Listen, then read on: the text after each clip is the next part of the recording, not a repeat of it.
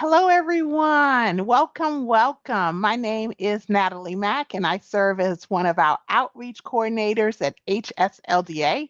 I'm actually the Military Outreach Coordinator. Today, I am joined by Brandy Pryor, a HSLDA Compassion former grant recipient and a fellow military spouse who's agreed to share about her homeschooling journey with us. And I'm also joined by Anne Bittner. Hi, And if Natalie you and yes. Brandy. Sure, yeah, I'll jump in. Yep, I'm Anne Bittner, and I wear a couple different hats here. Mainly, I'm the compassion story writer, but I'm also a grant administrator, and I help deal with the widow applications that we receive. And so that's kind of how I got in touch with Brandy.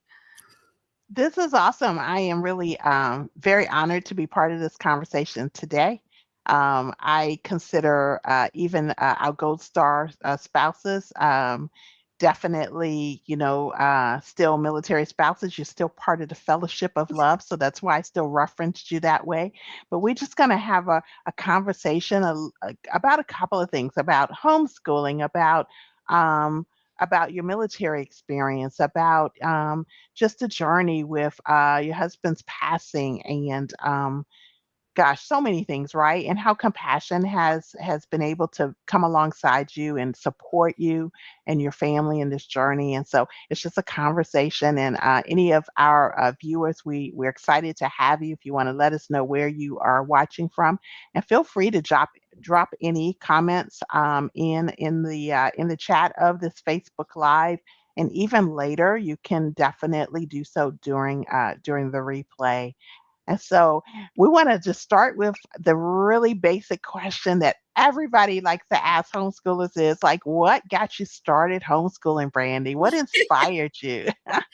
Well, I would like to preface this by saying that I have to be honest. I felt homeschooling was, why would you homeschool your kids? I thought it was weird. I just did not understand it. Yes. However, we were being put in a situation. Number one, my youngest son has a November birthday. So, because of that Mm, birthday, we were at a daycare at the CDC in White Sands, Missile Range. okay. He could not attend the pre-K program until he was going to kindergarten the following fall. So at this Mm, point, he was in preschool for 2 years consecutively. mm, And I just felt that mm. was too much. Yes, So yes. in transit time, we went to Japan. So Japan Okay. did have, we were in Yokosuka, Japan at the Yokosuka Naval Base. They Yes. did have a pre-K program. However, it was based on like your husband's rank. It was Mm-hmm. a hierarchy, I guess you could Mm-hmm. say, as Mm-hmm. who would get accepted and who would not. So we did Mm-hmm. apply, and they weren't letting people know if they got in until like a week before Wow. school started. With my husband being a chief, we were at the Mm-hmm. bottom priority list. So Mm-hmm. I took it upon myself to say, you know what? I'm not going to allow them to put my son's education Yes. into their hands. I'm going to take control of that. So my Wow. husband was on board the first year because I Yes. said, we're going to forego all that pre-K stuff. I'm going to send him right to kindergarten. And Yes. then I got down the rabbit hole of how to get into homeschooling, how to get started. And I was instantly hooked.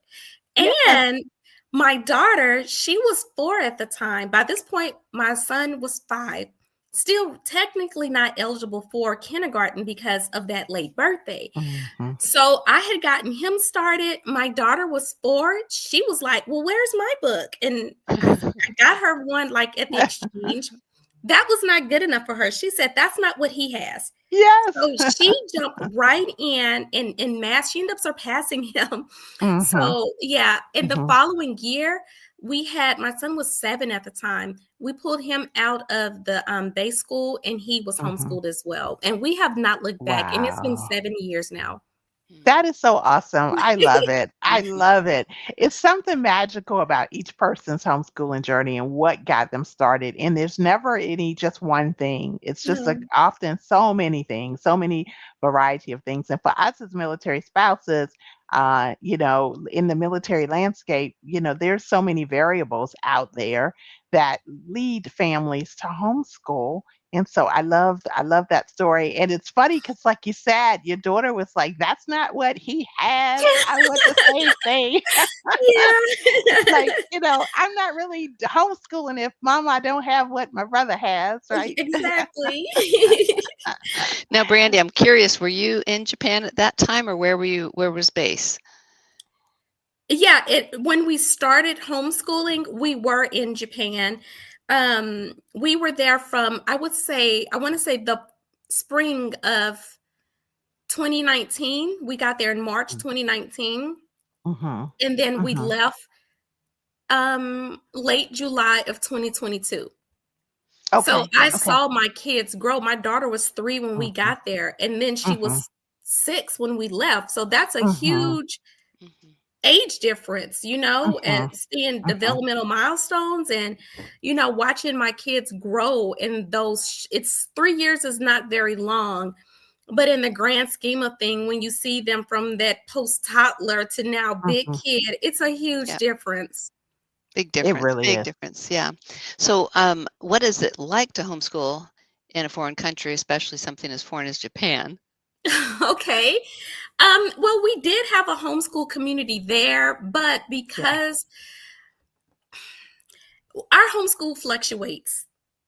We Yes. definitely have order and we have structure, but at the same time, I'm sensitive to how our needs can change at a moment's notice.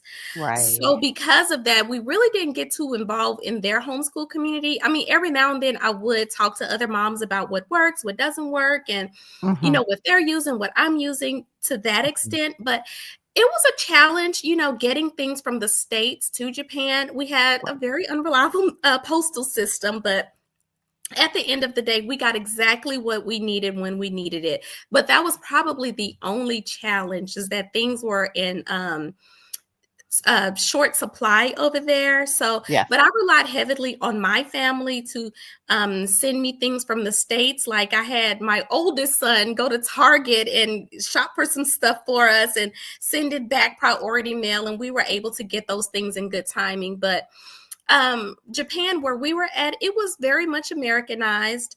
But the Mm-hmm. further you go from base, that's where things got a little real. The language barrier became more evident.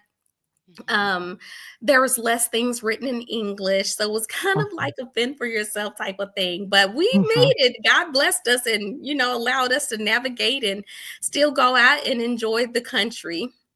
Yeah. Yes, living overseas is an interesting thing, and it's an amazing opportunity as a military family. I know it has its challenges, like you said, and some people are a little maybe concerned, a little intimidated about the thought of going overseas because of some of those issues. But you also have a tight community, typically, a lot of opportunity Mhm. to form some really good friendships. And we've lived overseas twice in Germany and in Italy, and the last time with Italy, we homeschooled, and so yeah, the same thing, some of the same things that you were mentioning, Brandy, and the community. I know you do have a strong community there of homeschoolers. One of my friends from Italy had moved there, Angela Fry, and I yeah, know Angela. yeah, yeah, and there's several.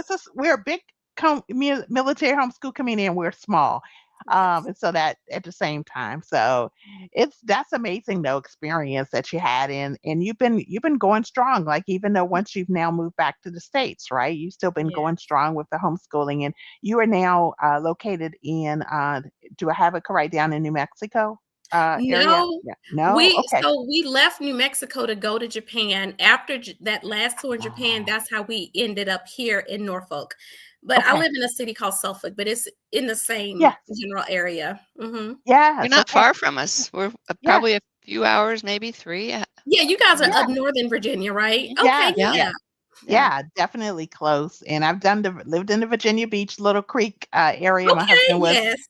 at Norfolk on the Truman. So we're talking in some of the similar circles. And so transitioning back, like how was that for you transitioning back to the States? Like you mentioned that some of the resources that you didn't have in the postal system and all, but just coming Mhm. back to the States, what was that transition like? I was actually anxious this time around. Now, this was our second tour in Japan. The first time, Okay. I had my oldest and my second oldest boy. So Gotcha. the second oldest boy wasn't really able to enjoy it because he was like 1. So we're ready to come back this time, and actually he could enjoy it as a big kid. But Mhm. by the second time, I got a little anxious and was ready to come back. Just Mhm. talking to my parents, worried about, like, seeing my parents on video. And I'm like, wait, did my mom just limp? Just things like Right. that. Oh, Being concerned about your parents. And then my oldest, he was transitioning colleges, and I Mhm. was just Mhm. ready to get back to the States.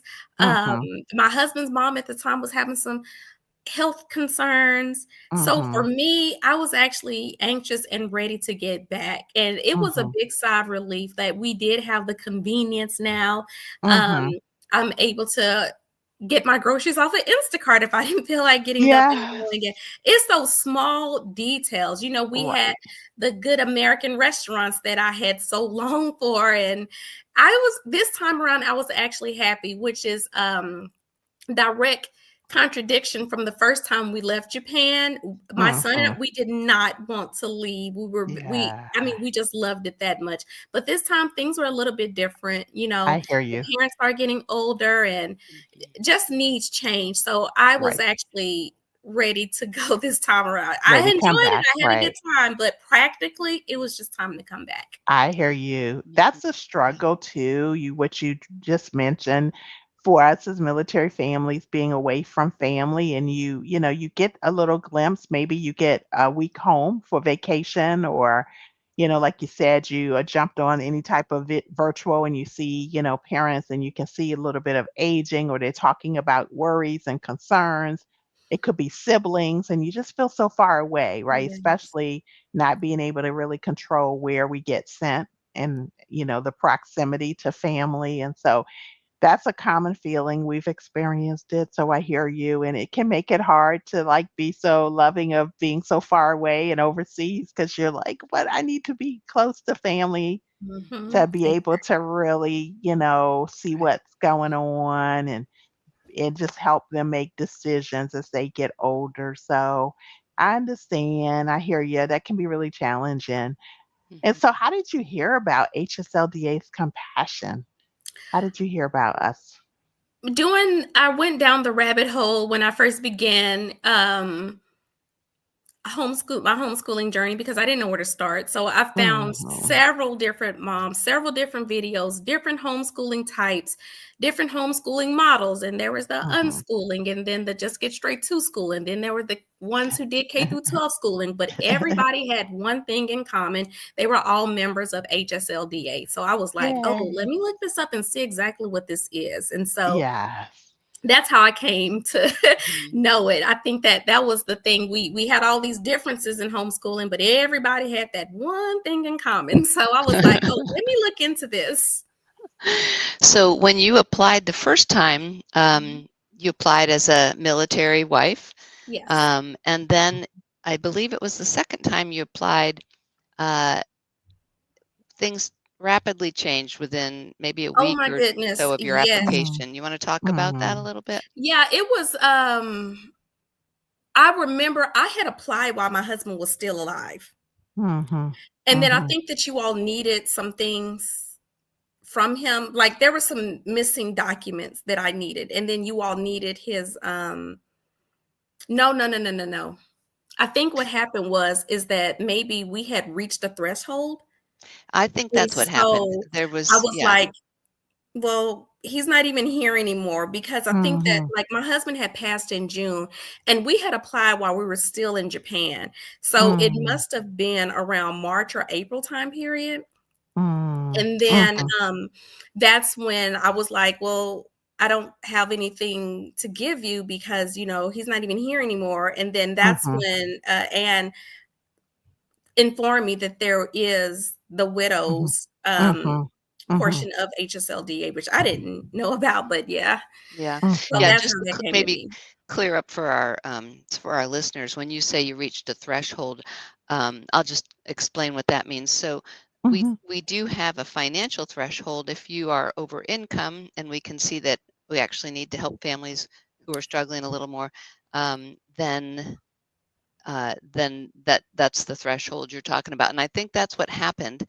And I think you had actually come home. I think you applied in June, and he was sent out, And within a Mm. week, there was that tragedy. And then Mm. you wrote, and I think in the meantime, I had been asking, or somebody had been asking for another piece of paperwork, and then you wrote in and said, well, I can't get that. He's passed away. And then they bumped it over to me because I handled the Mhm. widows, and we're like, okay, we're going to just open this back up again and make sure you can Mhm. slide in there and get that grant. So do Mm. you want to talk about what happened with Caprice? Yeah. So, basically he went out on deployment, and this was going to be the long one. So I remember, like, before he had went out, my boys were on a baseball team. And so they used to, after practice, they would come home and throw the ball around. And then Mhm. I remember one day my husband got hurt, and Mm. his knee, and he never complains about pain, and that would always drive me crazy. But Mhm. he was actually Yeah. complaining about his knee, and so I was like, well, do you need anything? And when he typically says no, but he was like, yeah, maybe some ice and Bengay. I was like, okay, fine. So I told him, I was like, I don't think you should go on this underway. And he was Yeah. like, I'm going, I have to The go, typical military, right? I'm Yeah, going. there's no choice, because on his ship, he was on a small boy, so those stairs went. Mhm. So I was Mhm. like, I don't think that's safe. Mm. So then I remember he had left like in April. And then come June, I will never forget. This was like in the movies almost. Like, it's not even an Mm. exaggeration how Mhm. they portrayed in the movies. But we were actually done with school that day, and all my kids were just sitting in the living room watching TV. And then we heard a knock on the door. I thought it was my kids' friends. And Mhm. so I asked my baby boy, I was like, hey, go get the door. And then I hear, is your mom home? And then I'm thinking, who is that? I'm not expecting maintenance or anyone. And so he Mhm. said, yeah. And then there was just silence. And so I was Mm. like, and so I just got up, and then I see them all dressed in their dress whites. And I was like, Mhm. what is this? Mhm. And so Mhm. my mind instantly went to, oh, this old man fell down those stairs like I told him not. Where do I need to go pick him up? Mm. And that is not what they told me. Mhm. They said that they asked me, was I Brandy Pryor? And I said yes. And then they said, well, I'm sorry to tell you. And I'm like, sorry? What are you sorry for? If he Mhm. fell, what are you sorry Mhm. for? That was in my mind, that Mhm. he had fallen because of his knee. Mhm. Right, And right. so they were like, I'm sorry to tell you, but Caprice collapsed and he died. And I was like, what? Mm. It was like, Oh, it was wow. so dramatic. And, it was like, Yes. Yes. it was a lot. And so Mm. it was a Mm. lot to process. My kids were all there. They heard it, Mhm. And then my youngest son, he just literally shut down. He just kind of laid on the floor, and that was just it. And, he didn't cry Yeah. or anything, but he was definitely devastated. It was emotional. And the worst part of it all is nobody could tell me anything for like 2 days. So if Yeah. you can imagine what your mind is, where was he? Was Yeah. he, in some dark part of the ship? Did he, like, Right. what happened? Right. And so they were like, we're not at liberty to tell. I'm like, well, I'm his wife. If anybody should know what happened, it was me. Mhm. Mhm. And I think the worst part of it all is that his mom had died 3 months prior to that. So we Mm. literally had just come from Chicago Mhm. Mhm. to come home just for me to go Mhm. back to Chicago to bury him. Mhm. Yeah. So Yeah. it was a lot. So Wow. he had a heart attack. They had the crossing of the blue ceremony, and Yeah. the water all on him. They were in the Arctic. It was super cold, and I guess his heart just couldn't, Couldn't I take guess, the pump temperature enough to get him differentials. back Yeah. internally warm where he Yeah. should be, and he had a heart attack and collapsed. Okay. Okay. Wow. I'm so sorry. I'm I so know. sorry to hear that. Thank I'm you so for sharing that sorry. with us, Brandy. Yeah. I know Thank that's you. not easy to bring up and talk Yeah. about. Yeah. Yeah. Yeah. Yeah. That's really hard. My husband, obviously, like I mentioned, was a Navy chaplain. This Mhm. December will be 4 years that he retired. Um, so we lived the life of him responding in times of crisis, to families. And a similar situation with a dear friend that wasn't in his unit, where we had to be lived on installation, and had to surround them with the love and care and community and all. But it's hard. Those casualty assistance officers, and the calls that they have to make. That's when people say, oftentimes, "What? Thank you for your service," and you're Mhm. like, "Well, okay. Well, thank you for saying that, but you don't have any idea of what we really go through as military families serving, and these are all too common for and so one service member's loss is devastating to us as a whole community, right? And Yeah. so I salute you as one fellow military, member to the next, and just, wish I could give you a big hug to say, I see, I can't even imagine how difficult that is, but I've lived it kind of secondhand from my husband's, chaplain responsibilities. And I appreciate you being on and sharing, because I know some of our listeners have probably experienced, obviously, some other situations similar to what we're talking about. And so I'm glad HSLDA, you already were connected. There's a story Yes. there that you were already connected to HSLDA, and Mhm. that Anne was able to just say, "Okay, we're here for you," and And facilitate that. yeah, and my heart, I mean, I'm not a military person, so I don't understand and relate to that lifestyle, but I'm a widow, and I Mhm, remember Mm. my mhm, own story and how my mhm, husband, um, mhm, got cancer and mhm, battled for 3 years with that. And so I mhm, have a heart for the widows that apply. And even though mhm, we don't all have the same story, and we haven't, our loss is still as great because we've lost that one person who was beside us all the mhm, time and mhm, supporting us. And mhm, we have to find a mhm, new way to do everything. And mhm, we have to mhm, Yes. find ways to do what they did and continue to Mhm. do what we did and also take mhm, on everything they were doing. So mhm. Yeah, you strike yeah, me, Brandy, as a strong person. yeah. And I just want to thank you so much for being able to share from your Mhm. heart Definitely. about a Yeah. difficult thing like that, and to continue on with your kids, Mhm. carry on Yeah. with what you love doing Yes. and Yeah, what I'm sure they definitely. love. It always helps too. A lot of times people will say, "Why don't you put your kids back in school when somebody Mm, loses a spouse?" Because they think mhm, that's going to be easier for the family. Mom can go back to work and get a job. The kids can have socialization, mhm. and it's usually the worst thing to do. Yes. People don't understand. You need to stay together and create some sense of normalcy because the most normal thing has just now left. And Mhm, I And think that my kids helped me out with that the most because mhm, the next day, or was it yeah, what day was that? I can't remember if it was the same day or the next day, but my daughter went on as usual, put on her leotard and was like, "Are we going to gymnastics?" And I mhm, was like, "Yeah, we are." mhm, mhm, You mm, know, mhm, my youngest son, he was concerned mostly about what's going to happen to us. Very mhm, fearful, "Are you gonna have to get a job now?" And, those types of questions. And so it was very important for me to keep things as normal as possible. mhm, Because I mean, when you've had somebody who um really did a lot of the problem solving, my lane was the planning and organizing. He was execution and logistics. mhm. So my strengths, his weaknesses together was a good team. mhm. Right. So now I'm trying to navigate and pull off execution and all this stuff. And sometimes it doesn't go the way I planned, but I really do feel my husband is so proud of me right now because at Yeah. first I was like, I hope he's not up there stressed out, like, Yeah. seeing me trying to manage. And I remember my pastor was like, he is so proud of you. I promise you. And I'm like, you know what?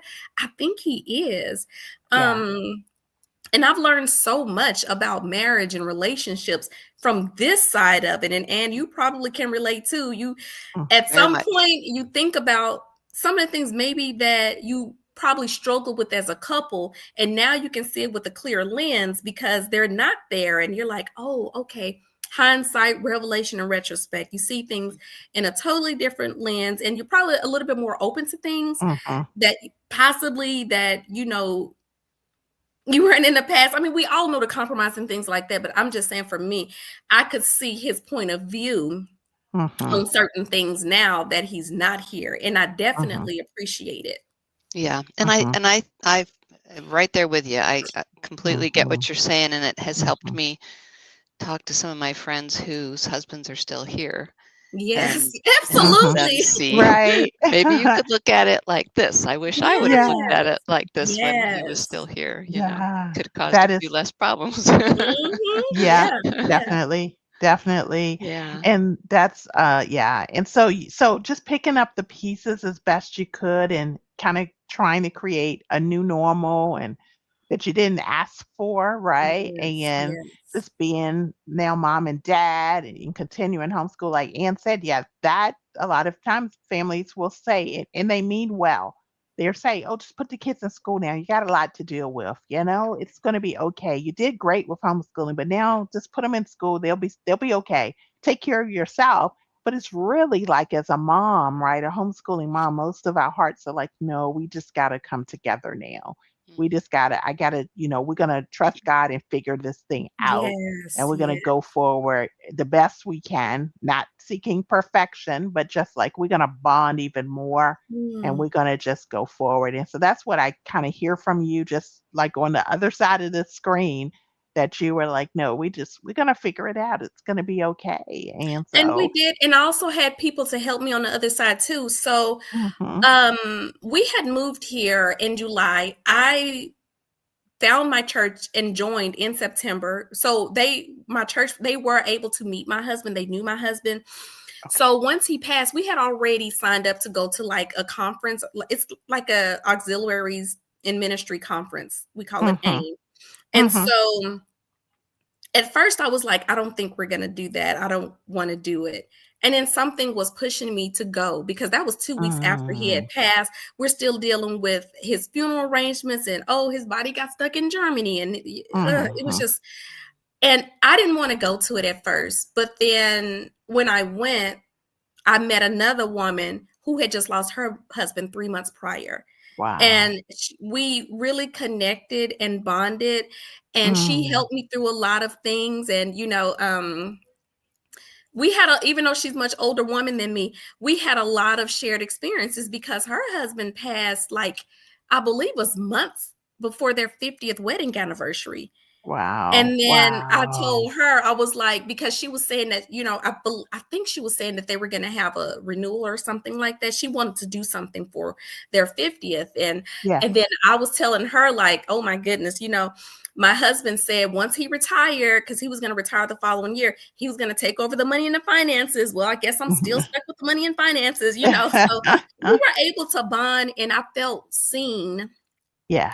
because if you lost your husband 5 years ago, it wasn't, I mean, it was helpful, but Mhm, just seeing how she had recently lost hers as well, and I just kind mhm, of clung to her in that moment. mhm, And mm. even now, we have our big events, I still scan just to lay eyes on her to kind of stabilize and anchor me, when I That's the main feel, thing. Yeah. Yeah, yeah. Mhm. we have When you lost. have Because it yeah, really when you feel a little lost. Mhm. hasn't been that. Has it been 2 years, 3 years Yeah, yet? it's been it's like a little over 2.5 years. So this June will be 3 years. Mhm. Mhm. And Okay. you are Yeah, doing so well because that's really not yeah.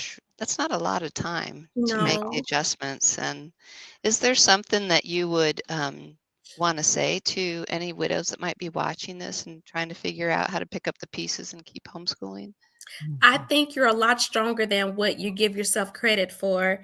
And it feels like a lot, but it's not. It's not like God's not going to give you more. Like, I know it sounds so cliche, God's not going to give you more, because when you're in it, it feels like, Lord, this is too much. And it's not. You have to keep yourself rooted and try to keep things as normal as possible, especially for your kids. They already suffered a loss. But but then you Mm, can't forget about yourself as well. you mhm. know um find yourself something to focus on, And I Mhm. promise you're not going to forget your husband. Mhm. Excuse me. You're not going to forget him, and you're going Mhm. to feel his presence. But you Mhm. got to go on, keep moving. Um, Mhm. Maybe look at things from a positive point of view. Sometimes you can try things that you wanted to try before and that you never Mhm. wanted to do, and you find the courage and the strength to do it. But I really feel that things do get easier. If you feel like you want to have a conversation with them, do just that. I've done that before. I don't have to do it as much now, but Mhm. I definitely have had conversations with him. And it's Mhm. going to get hard too, because there's some times where you feel like you need that husband protection and you don't have it. And that's Mhm. probably something I'm kind of dealing with even now. And Mhm. so that's where I just kind of have to rely on my faith and, just keep praying on it. And there's times where I'm like, what would my husband do? And then that's where I found a lot of my strength, where it's Mhm. like, he would have told me, nope, don't even pull back. Yes. And that's very comforting, very Yeah. comforting. So Yes. you've got it, and it doesn't seem like it, but you really do. You really do. Mm. That's good Mm. advice. Yeah. That's wisdom. Thank you, Yeah. Brandy. Yeah. That's Yeah. that's solid. That's Yeah. solid. Yeah. Wow. So I I'm was gonna encouraged by that. I was gonna ask if it's okay to jump in here, Natalie. I wasn't sure what Yeah. your next Yes. question would be, but I did Yes. want to ask because we want more widows to apply. Yes. Mhm. We want to help as many families as we can, and Mhm. so maybe you could talk a little bit about how the grant helped you. Uh, Mhm. did it bring you some hope? It, of course, it Mhm. helped you buy curriculum. Yeah. So, financially, you have to be mindful, because you don't have that income, the what I like to call my husband the budget police that kind of keep the finances going the way that they should go. And so I feel like it was an absolute help. Number one, when you are a military spouse and your Mhm. husband passed, that is a paperwork overload. Mhm.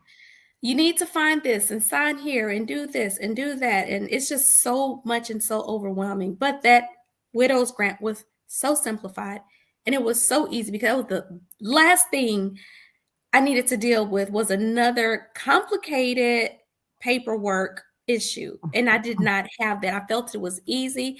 I was able to get my kids what they needed. And I'm just very grateful and thankful I didn't have to just do all the things. And, I was able to buy whatever I wanted to buy, and, what I felt was necessary for my kids' education. And I'm just really grateful and thankful, because I didn't even know that they even had that until Anne reached out to me. And I was very grateful and thankful for that. Mhm. Mm. This is the thing, is that many people don't know that we have these grants available. So I Mm. didn't know either. I wasn't working here at the time that I lost my husband, Yeah. so I was a member, but I didn't know about the grants. And so if there's ever a time that you can spread the word, whether they're widows or just families struggling, please let them know about Mhm. HSLDA Compassion. We have Mhm. we have lots of heart and money to give. Yes. Absolutely. I would Yes. definitely do that. Yeah. Definitely. Yeah. I know, it was at least a month and a half ago maybe that I did, the podcast that we also host. Mhm. I think Homeschool Talks. I hope hopefully I have that right.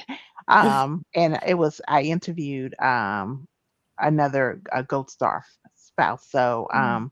yeah, so like Ann said, from me as a military, fellow military homeschooling mom, I I definitely want to get the message out to our families that we have this compassion department. We have Ann and so many others that pour their heart into just really making sure that HSLDA can reach out and say we see you, we care, we love you, we're here as best that we can. We have Dave Meese that handles the military side, right? and we have Lorraine, and we have so many people. I don't want to name everybody because I'll leave somebody out, but the whole compassion department is incredible. When I'm in HSLDA on site, I'll make my way over, just kind of peek my head in and say, Oh. hey, yeah, so I We know love their that. heart. We love you to come Yeah, see us. I know their heart, and the heart is for us, is specifically in this, we're speaking about the military widows and widowers, and that please, yeah, definitely reach out if you're listening later. In any kind of way, you need to get connected to the compassion department. I'm sure they would love to be able to see how they can come alongside and serve and help you out as best that they can. I So maybe appreciate that.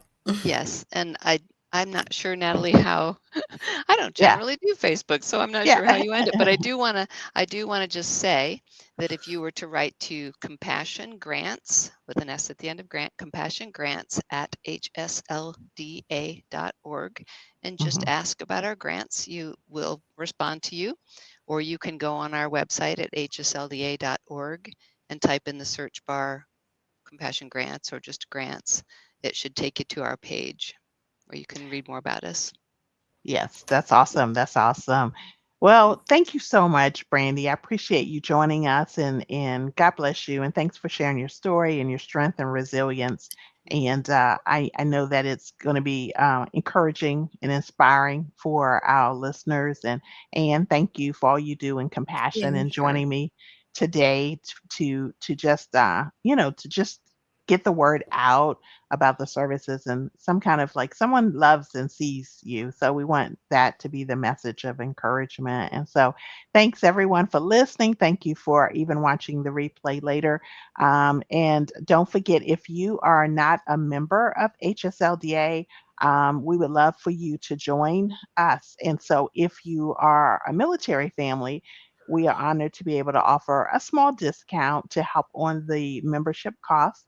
So it's hslda.org/military discount. It's all one. And if you're not a military family, we still definitely would love to have you consider joining us. And that information is hslda.org/join, JOIN. And so, again, thank you all so very much. Appreciate it. And we will see you next time. Goodbye. Thanks for having me. Bye-bye. Thank you.